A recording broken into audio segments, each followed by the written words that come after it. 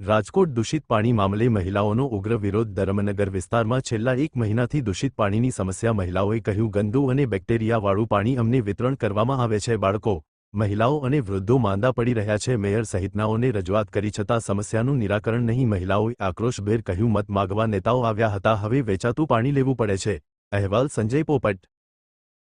મારું નામ સાયરા માછી બોરું પાણી આવે છે તમે જોઈ શકો છો જો કેવું પાણી સામા માણા બીમાર પડે શું કરું કયો પીવું કેમ ઘરે કેમ ઉતારું અમારા મ્યુનિસિપાલિટી વાળાને એટલું જ કહેવાનું થાય કે આ પાણી જો આ બધી બાયું કે અંડોલ ઉપર અમે ઉતરશું એટલે એક વાત તમને કહું વેરા ભરે છે બાયું બધું કરે છે ના ભરતા હોય ભૂતિયા ન હોય તો બરોબર છે તો આવું પાણી દે તમે પાણી તો જો ગટર જેવું છે કેદુનું આવું ને આવું પાણી ગટર જેવું આવે છે બાયું ટીપું મંગવે છે બહારથી ઓલા ફિલ્ટર પાણી અમે ગરા હુકાઈ જાય છે એટલે અમારે એવું કહેવાનું થાય કે પાણી ચોખ્ખું દો અને 15 મિનિટ તો માન પાણી દે છે બાયું બિચારી લુગડા ધોવે ખાવાનું કરે કેમાં પાણી વાપરે બહારથી હું મંગાવે ત્યાં રૂપિયાવાળા અમારે જેવા હોય આ ગરીબ માણસ બિચારા આવાસમાં ક્યારે રહેતા હોય તમે મને કયો એટલે મારે કહેવાનું એવું જ છે ચોખ્ખું પાણી દો અને પાણી ખાસ કરીને વધારે દો એમ કહું છું.